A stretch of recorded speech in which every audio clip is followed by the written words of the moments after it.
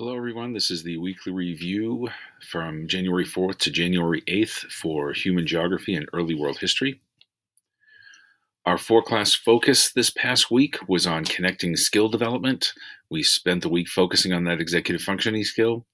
After each class, we brainstormed a few skills we may have focused on and created a working list in preparation for taking the exit ticket the following week. And in preparation also, we reviewed the previous exit ticket on empathy. We examined the early Islamic states, working on describing their origins, expansion, and consolidation. Those Islamic states included the Umayyad Empire and the Abbasid Empire, also known as caliphates.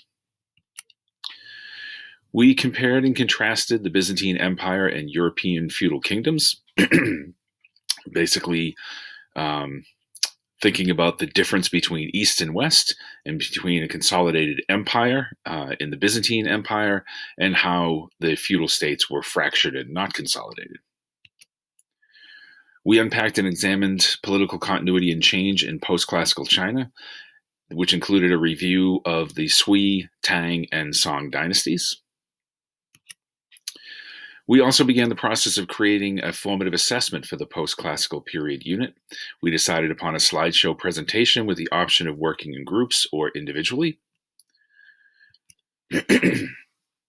We talked about the causes and consequences of the Crusades. Causes might have included things such as the Muslim conquest of the Holy Land, inciting the Christians to want to gather forces to liberate the Holy Land from their Muslim overlords at the time.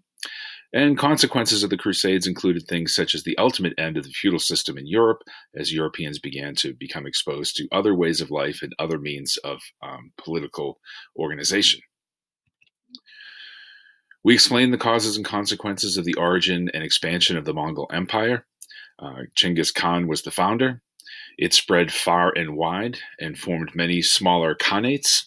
It actually was the largest empire in the world at that time that the world had ever seen up until that time.